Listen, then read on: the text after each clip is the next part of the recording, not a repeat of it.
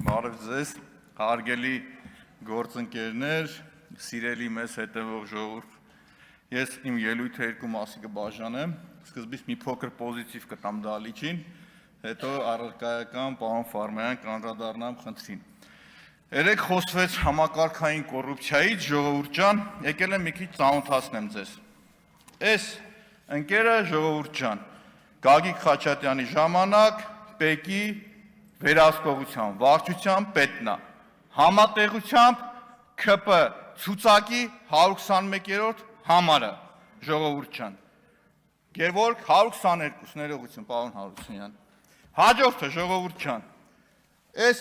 վայ կներեք, Սրբազանի հետի նկարնա, ժողովուրդ ջան, Գևորգ Սաղոյանը Սրբազանի հետ, բայց չէ, ժողովուրդ շարունակեմ, Պարոն Կարապետյան, հիշում եք այն հոմպլեքսը, պարոն Ղազյան, որ լույսերը գնում գալի, այն խայտառակ պատմությունը։ Պարզվում է, այս Գևորգ Սաղոյան նկարներից հասկանում ես, որ այս հոմպլեքսի տիրոջ ընկերն է, այս մեջտեղինը գերմանացի է, ժողովուրդ, ուրիշ բան չմտածեք։ Հիմի բարձր ցույց կտամ, ժողովուրդ ջան։ Հաջորդը, ժողովուրդ, պարզվում է, Գևորգ Սաղոյան համատեղությամբ Ռոմանոս Պետրոսյանի ընկերն է։ Փաթաթված իրար հետ։ Այս մարդը գերմանացի չի։ Դումանյանն է, իր տղան է մեծտեղ աշխատում էր, պարկեշտ անձնավորություն, աշխատակազմի ղեկավարն էր, բայց շարունակեմ, ժողովուրդ ջան։ Հաջորդը, ժողովուրդ ջան։ Վայ, չես նկարն է պետք ցույց չտայ։ Պարոն Ռուբինյան, երեք Շիրակին Թորոսյան նախին հանրապետականից ման էի գալիս, ոնց որ ձեր մայքեքով հանգրվարնելա ձեր շարքը։ Բայց եկեք շարունակեմ, ժողովուրդ։ Ես ուսումնասիրել եմ, հասկանամ Սաղոյան Գևորգը ինչ ունի։ Պարզվում է, ժողովուրդ ջան, մի քյասիբ անձնավորություն։ Անցյալ տարի 230 միլիոն ըստ հայտարարագրի Basic Investment եւ Development ընկերությունից է ստացել, 60 միլիոն, չգիտեմ որտեղից, 7.5 միլիոն է ավանդի փողն է ստացել։ 37200 ունի, 44700 եվրո ունի։ Ու ապրում է մի հատ պստիկ, խղճուկ 510 քառակուսյանոց տան մեջ։ Դուք հաշտ եք այս մտքեր, ժողովուրդ ջան, ամեն ինչ շատ նորմալ է, շատ լավ է։ Ու սա ունի 500,000 դրամանոց աշխատավարձ ստացող ներկայումս կարկառուն ՔՊ-ական մարդ։ Ստեղ նկարներ էլի ունեմ, էլի եմ խոսալու, հերթով գամ, էլի ժողովուրդ։ Եկեք շարունակենք, ժողովուրդ։ Այս ընկերությունն ու այս անձնավորությունը դեռ ավականի է, ինձ հետաքրքիր էր էլի այս շին թույլտվություններն էլիտար շենքերի, որ սենց ստանում են ու շենքեր են կառուցում։ Ո՞վ է այս մարդը, էլի։ Ինչ ասում են գործ չունես, ՔՊ-ական է։ Դու մի ասա ձեր պատկերացրամբ այդ ՊԵԿ-ի կոռուպցիոն բուրգի ուղիղ սենց հենասյունն է եղել։ Եթե դուք ասում եք, որ կոռուպացված է թալանչի է, բայց թալանչու հետ եք գրգված նկարվում, ժողովուրդ։ Այսինքն ով ընդունել է ձեր կրոնը, իր հետ հաշտեք կամ թե ով դրել է այս գլխակը ու ավտոբուսի կողքը նկարվել է, այդ մարդու հետ դուք պրոբլեմ չունեք, ժողովուրդ ջան։ Բայց մի հատ ավելի sense հետաքրքիր պատմություն պատմեմ, ժողովուրդ, այս հեքիաթային բանը մոտիվներով պատմեմ, լինում են երկու ընկերներ, Գևորգ Սաղոյան եւ Արմենը Սաքապետոյան, նախկին ՊԵԿ-ի բարձրաստիճան չինովնիկներ, ժողովուրդ։ Իրար հետ համատեղ հիմնում են ընկերություն, Basic Investment-ը, որի 50%-ը լինում է այս Գևորգինը Սաղոյանը, 33-ը Արմենինը Սաքապետոյան։ Այս Արմենը չի հասկանում, որ գուտի գլխակ դնի, ժողովուրդ ջան, ու սխալվում ասում է, որ բանկային գաղտնիք չկա։ Ու գիտեք ինչ է հետևում։ Ապօրինի գույք, դու թալանչի ես, դու ստորես, դու նենգ ես։ Հետո ժողովուրդ, բայց սկզբունքը ուր կորավ ձեր։ Երկուսը նույն ռանգի, երկու քաղաքացիները նույն ռանգի պետական չինովնիկներ են եղել, ժողովուրդ։ Մեկը ձեր շարքերում է, դուք հաշտ եք իր հետ, մեկը սխալվել է, ճիշտ բանը ասել է ժողովուրդ պետության ռեյտինգի վնաս է, այսի մի արեք էսի, չի կարելի վերջապես, բայց դուք արի ուտես Սաքապետոյանի հետ խնդիր ունեք, ժողովուրդ ջան։ Մի հատ ուրիշ բան ասեմ, պարզվում է, այս մեր Սաղոյան Գևորգը կոկորդիլոսների հետ էլ խնդիր ունի։ Բա, նկարները նայում եմ, տենում եմ կոկորդիլոսներին, մորթե կոշիկնակ եմ անա գալիս։ Ալի գատրեց կոշիկները հաղթում ես մեր ընկերը, հասկանում եք, ժողովուրդ։ Դրա գինը մնացած նայեք, էլի, ժողովուրդ։ Այս մարդը ստեր խնդիր ունի, կոկորդիլոսների հետ էլ խնդիր ունի։ Բայց շարունակեմ։ Նաև այդ կոռուպցիայի դեմ պայքարը որ շարունակում եմ, պարզվում է Գևորգ Սաղոյան կամ անշարժ գույքի ինֆլուենսերը, այն որ գովազդն անում լավն է, բան կամ չէ, ինքը էլի գույք ունի, թաքցնում է, որովհետև Facebook-ով ու միսով որ նայում ես, այս մարդը խիա ուրիշի գլխակ դրե գնաց է ռեկլամ անում։ Այս էլ ուրիշ ընկերություն է, որը երկար առիթ կունենամ անդրադառնալու ժողովուրդ։ Բայց հիմի շարունակեմ, էլի։ Ստեղ ժողովուրդ ջան, ստեղ ժողովուրդն ասեմ, էլի, խնդիրն ինչու՞մ է կայանում, սկզբունքի խնդիր է ժողովուրդ։ Այսինքն ես խոսում եմ, երբ որ քաղաքացին ունենում է այլախոհ, այլ կարծիք, դուք իրան հետապնդում եք ժողովուրդ։ Եթե կա սար, սարը բոլորինն է հավասար, ժողովուրդ։ Եթե կա խնդիր, այդ խնդիրը բոլորին է հավասար։ Իմիջիալոց պարոն Եղոյան, ինձ մոտիկացավ մի հատ քաղաքացի, ինձ թվում է, որ այդ նույն քաղաքացիները, որ 50-50 հարցով եկել էր ձեր մոտ, էլի, ինձ ասում է, բա խաբար եղել եք պարոն Մանուկյան, ասում է, ես էլ եմ շինարար, ասում է, մի հատ նախկին հանրապետականի թալանչի կար, չէ, պեկի թալանչի կար, հիմի ԿՊ-ական է, ասում հետո, ասում է, ես իմ շինարարական ընկերությունը սնանկանում եմ իրանը ծաղկում է, ես սնանկանում եմ իրանը ծաղկում է, արկայինը գալիս անձի նեղություն է տալիս, ինձ չի տալիս։ Բայց եթե անկեղծ լինեմ, պարոն Եղոյան, չկա տենց բան, էլի, կատակ է անում, այսինքն ես չեմ կարող քաղաքացու անունը տալ, ինչ ուզենամ կանգնեմ ասեմ։ Բայց այդ տրամաբանությամբ այս ընկերության գործերը իդեալական լավ էր, մյուսինը ոչ։ Հիմա վերադառնամ պարոն Ֆարմանյան առարկայական։ Ժողովուրդ, հանձնաժողովը, որը ձևավորվում է իր գործառույթներով շատ կարևոր է։ Ուտեղ անելիք ունի նաև մեր ֆրակցիան, որին ներկայացնում եմ ես, ժողովուրդ ջան, որովհետև մենք նախընտրական քարոզ արշավի մտածեմ, ուզում հասցնեմ բոլորը։ Եկեք անդրադառնամ պարոն Սիսակ Գաբրելյանին, հետո խնդրեմ ֆրակցիայի ելույթը հանձնաժողովի մասին խոսեմ։ Պարոն Սիսակ Գաբրելյան, որ ասում եք պարտքը չեն տալիս, ինչ անում, մի հատ պետություն կասեք, օրինակ այն գաճաշ պետությունների շարքը չասեմ, որ կան, որ միջև այսօր ժողովուրդը ճկռում է տեղը։ Ձեզ ասեմ Արգենտինայի օրինակը։ Ձեզ ասեմ Հունաստանի օրինակը։ Գիտեք Արգենտինայում ինչ եղավ ժողովուրդ։ Միջև այսօր խեջ ժողովուրդը ճկռում է, կառավարությունը փոխվում է։ Ոչ մի չինովնիկ դրա համար պատասխան չի տվել ժողովուրդ, հասկանում եք։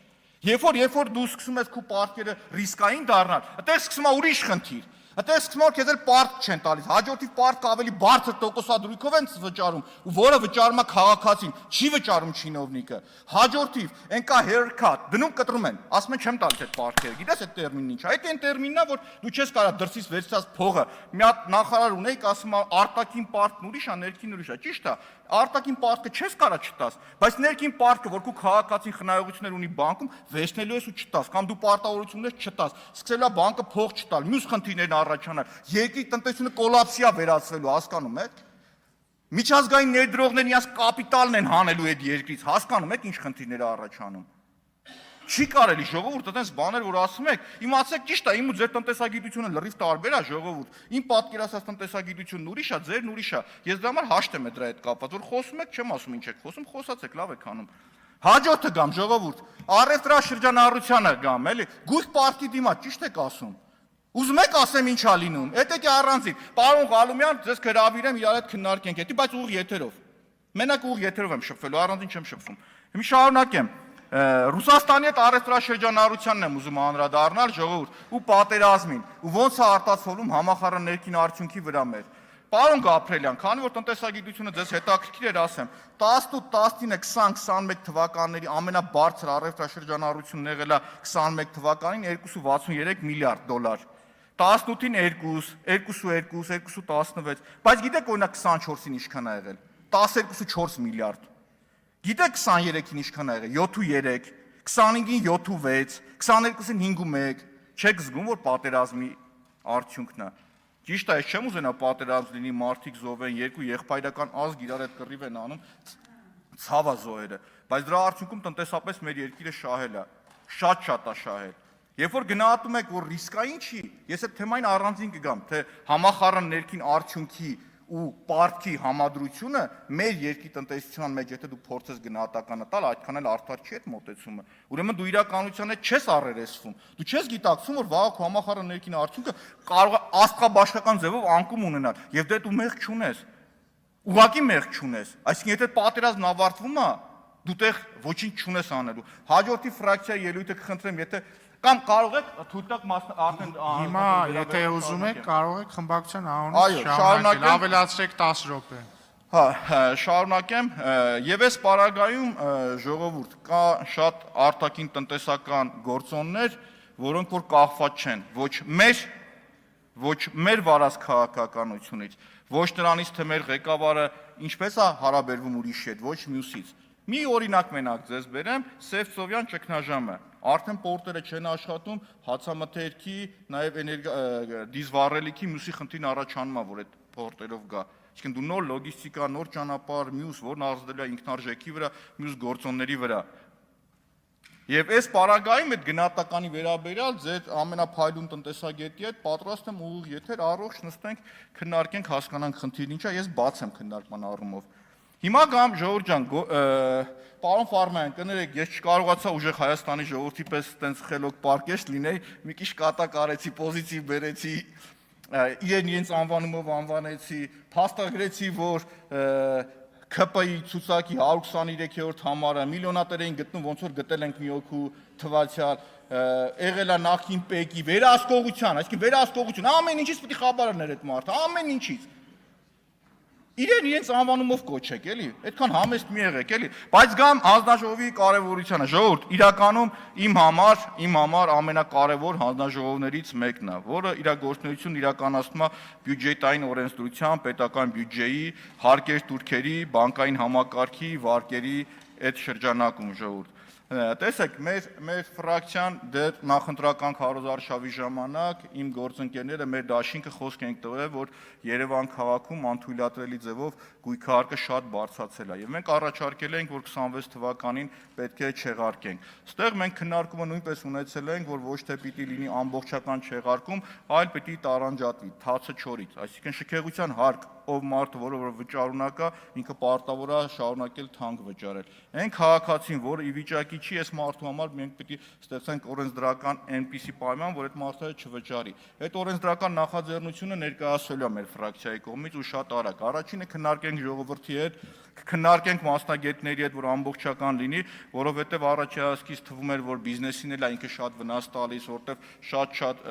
հասարակական նշանակության օբյեկտների գույքարկը բարձրացել է, դա վարձավճարն է բերում թանկացման մյուս, բայց որպեսզի ամբողջական լինի, այդ կներկայացնենք մենք։ Հաջորդը որ կա, ժողովուրդ ջան, խայտառակ կարմիր գծերի օրենքը, որ բերեցիք, դարձեցիք տեղական վճար։ Մի քանի տարի Երևանի քաղաքային իշխանությունը, փոքրամասնությունների կոալիցիան, ժողովուրդ ջան, փոքրամասնությունների իշխանությունը մտավ քաղաքացու գրպանը, բառիս ուղիղ իմաստով։ Երբ որ Սուրեն Գրիգորյանին, ձեր իրավաբանության կորիֆեին, ասում է, որ սխալ է, կանչել եմ քննարկման առանձին, ասել եմ, չի կարելի, օրենքով սենց է, եկեք սենց արեք, էս արեք, բեռնաթափում չի լինի, չէին լսում։ Դատարանում ավարտում էին, էլի նույն համառությամբ, նույն պնդաճակատությամբ ասում էին, որ լավ են կարել, այդտեղ ուրիշ է, դատարան էս արեն, փաստացի ուժի մեջ մտած վճիռ կա, որ դա եղել է ապօրինի։ Ու դրա արդյունքում նախորդ խորհրդարանը իդեմս շատ պատգամավորների, ժողովուրդ ջան, դուք հաստատեցիք, փոխեցիք, որպեսզի այդ անօրինականությունը դառնա օրինական։ Մենք քաղաքացու իրավունքները պիտի վերականգնվենք, ոտնահարված իրավունքները պիտի վերականգնվի, ժողովուրդ ջան։ Հաջորդը որ կա, այս վարկերի բարձր տոկոսադրույքը, որ մեր քաղաքացիները ներողություն արտահայտության համար ճռռում են այդ տոկոսների տակ։ Ժողովուրդ, ստեղ պիտի ճիշտ օրենսդրական մշակում լինի, որի արդյունքում նաև կենտրոնական բանկի գործառույթներով, գործիքակազմով կարողանանք այնպես անել ու դրա իրավական ճանապարհը կա, որ տոկոսադրույքը իջնի։ Ինչ է նշանակում առևտրային բանկերը, մի հատ նայեք, բոլորի ինչ աստղաբաշխական մեջ շահույթ են հետապնդել, իսկ քաղաքացին շարունակում է ճռռալ բարձր տոկոսադրույքի տակ։ Դա նաև հակառակ իմաստով խոչընդոտում է, այսինքն ուղիղ իմաստով խոչընդոտում է բիզնեսի զարգացմանը։ Մարդ, որ ուզում է բիզնես սկսի, ասում է, արդյոք այդ բարձր տոկոսադրույքով ես մտնեմ դրա տակ, թե չմտնեմ դրա տակ, ժողովուրդ։ Կարելի է, թե չի կարելի այս ամբողջն իրար հետ անել։ Ու խիստ կարևոր է, որպեսզի հանձնաժողովը գործի արդյունավետ եւ ճկուն։ Պարոն Ֆարմյան, եթե դուք ընտրվեք, ես կուզենամ մեկ ուրիշ փոքրիկ պատմական դրվագի էլ անդրադառնալ։ Քիշեք, IT ոլորտի մասնագետների հոսք եղավ Հայաստանում, բայց ճկուն չգտնվեց ոչ կառավարությունը, ոչ նախորդ հանձնաժողովը, տնտեսական հանձնաժողովն այդ ժամանակ եղել, որպեսզի այնպիսի օրենսդրական պայմաններ ստեղծեր, որ այդ մարդիկ մեր երկրի չթողնեն գնային հարևան Վրաստան։ Չէ՞ որ այդ IT ոլորտում աշխատող այդ մեծ քանակի մարդիկ, որ եկել են, իրանց աշխատավարձից առնվազն եթե ստանում էին $3000, $1000 մինիմում մնում էր մեր տնտեսության մեջ, իսկ մնալով ու մեր տնտեսության մեջ ծախսվելով իր մուլտիպլիկատիվ էֆեկտը շատ լավ դուք դուք հասկանում եք ինչքան դրական պետք է լինի, այսինքն տնտեսական իրավիճակները, որ փոխվում է ժողովուրդ, պիտի ճկուն լինի նաև օրենսդիրը, ճկուն պիտի լինի օրենսդրական դաշտը, դու շատ շուտ պիտի բերես փոփոխությունը կատարես, որ դու դրանից օգուտ խաղես, օգուտ խաղի քո պետությունը ժողովուրդ, պետությունն օգուտ խաղելով, օգուտ խաղում է քո քաղաքացին, բայց այս պարագայում էլ տեսնում ենք, որ ժողովուրդ ջան այդքան էլ ճկուն եւ արդյունավետ չի եղել։ Ես ուզում եմ անդրադառնալ նաեւ պարոն Ֆարման, եթե իհարկե դուք ընտրվեք, այս պարագայում պարտք վերցնելը, երբ որ գալիս ու հաստատվում է ազգային ժողովում, շատ ուշադիր լինենք, հասկանանք այդ պարտք վերցնելու նպատակային նշանակությունը։ Ինչպես է գնում ինքը պարգևա վճարա դառնում, թե կոնկրետ նպատակի է ծառայում եւ այդ նպատակի պատուղները մենք խաղում ենք։ 8 տարվա մեջ $8 միլիարդ պարտք մնացորդային, որ ինձ այն գործարաններ էին բացում, անկեղծ ուզում եմ գնամ մանգամետ գործանել, ավտոերել, հեռուստացույցերել, չգիտեմ ինչի գործարաններ։ Ժողովուրդ, պետք է լինի պետություն մասնավոր հատվածի ճկուն համագործակցություն, ժողովուրդ։ Ոլորտներ, որոնք որ խիստ կարևոր են, այնտեղ ասում են դրսից բերելն ավելի էժան է, քան Հայաստանից առնելը։ Ժողովուրդ, պետությունը պետք է այն ոլորտները մտնի, որը որ սոցիալական խնդիր է լուծում, անվտանգային խնդիր է լուծում, իր մասնակցությունն ունենա եւ այդ գումարը արդյունավետ ծախսի։ Այս պարագայում էլ պարոն Ֆարման, բեռը այդ հանձնաժողովի շատ մեծ է։ Պարտքը, որը որ վերցնում են ու վճարելու են մեր քաղաքացիները, պիտի հասկանան ինչի համար են իրանք վճարում։ Ոնց է արտացոլվում։ Դրանից հետո սկսում եք հարկերը բարձրացնել, որպեսզի կարողանաք պարտքը սպասարկել։ Մեր տնտեսությունն այսօր ժողովուրդ ռիսկային փուլում է գտնվում։ Ինչի համար, որովհետև շատ մեծ հնարավորություններ ստացել է ինքը, երբ որ ռուս-ուկրաինական պատերազմն է սկսվել, ժողովուրդ, շատ մեծ հնարավորություններ է ստացել տնտեսապես։ Ամբողջը կարողացել է օգտագործել, իհարկե ոչ։ Ինչի համար եղել են օրենսդրական խոչընդոտներ, պիտի հարթեին, այո, պիտի հարթեին։ Անողով պիտի լիներ կառավարությունը եւ օրենսդիրը։ Թերացել են, արդյունքն եմ տեսնում, որ այո, դա իմ գնահատականն է, ժողովուրդ ջան։ Ու ամբողջականացնելով ես իհարկե ողջունում եմ ուժեղ Հայաստանի թեկնածության ընտրությունը, Ֆարմանյանին ճանաչել եմ դեռ համալսարանից համատեղ աշխատելու տարիներին, ինքը միշտ առանձնացել է իր համեստ կերպարով, դեռ դասախոսական տարիներից, ուսանողները բոլորն իրան հարգում, ընդունում, երբևիցե չեմ տեսել, որ բացակայեր այդ իր ծանրաբեռնվածության արդյունքում, այսինքն այն բեռը, այն պարտավորությունը, որ դրվել է իր վրա, պատվով ինքը կատարել է։ Հույսով եմ, որ այս անգամ էլ ձեզ հնարավորություն կընձեռվի նոր բեռ վերցնել եւ այդ բեռը պատվով տանել։ Շնորհակալ եմ, հույսով եմ իմ առաջի մասի դրականը պոզիտիվը ճիշտ ընկալեցիք, ժողովուրդ ջան, ու մի անգամ եւս մեկ անգամ ասեմ, եթե կա սար, սարը բոլորին պիտի հավասար լինի։ Եթե կա թալան, թալանը պետք է վերադարձվի միանշանակ, բայց դա չպիտի լինի ինչ որ քաղաքական օպոնենտի դեմ պայքար, չպիտի լինի իրավական առումով մարդուն առանց հասկանալու, պիտի լինի թե չէ, թեմայով էլ պատրաստ եմ ցանկացածի հետ քննարկման, ժողովուրդ։ Այսինքն ես բերեցի երկու հարթության մեջ գտնվող երկու հավասար կարգավիճակ ունեցող մարդուն։ Մի մարդը, որը եղել է պետ վերահսկողության վարչության պետը,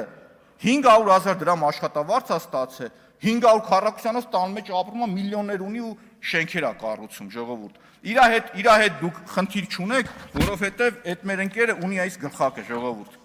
Այս գլխակն այս ավտոբուսն ունի այս մարդը։ Իսկ ժողովուրդ ջան, իր գործընկերը, նույն փայատերը, որ ունեցել է նույն կարգավիճակը, բայց այս գլխարկը չունի, ինքը հետապնդվում է ձեր կառավարության կողմից, հետապնդվում է ձեր կողմից, ինչի համար այլախոհության կողմից։ Ժողովուրդ ջան, ամեն ինչ եթե լինում է արդարության սկզբունքով, ոչ մեկը տեղ խնդիր չունի, ոչ մեկ։ Բայց երբ որ տեսնում ես, որ արդարադատությունը իրականացվում է ապօրինի ճանապարհով, դու այդտեղ խնդիր ես տեսնում։ Շնորհակալ եմ, ժողովուրդ ջան, լավ որ բոլորիս ու ցանկանում եմ, որ շուտ ավարտենք այս բոլորը։ Շնորհակալություն։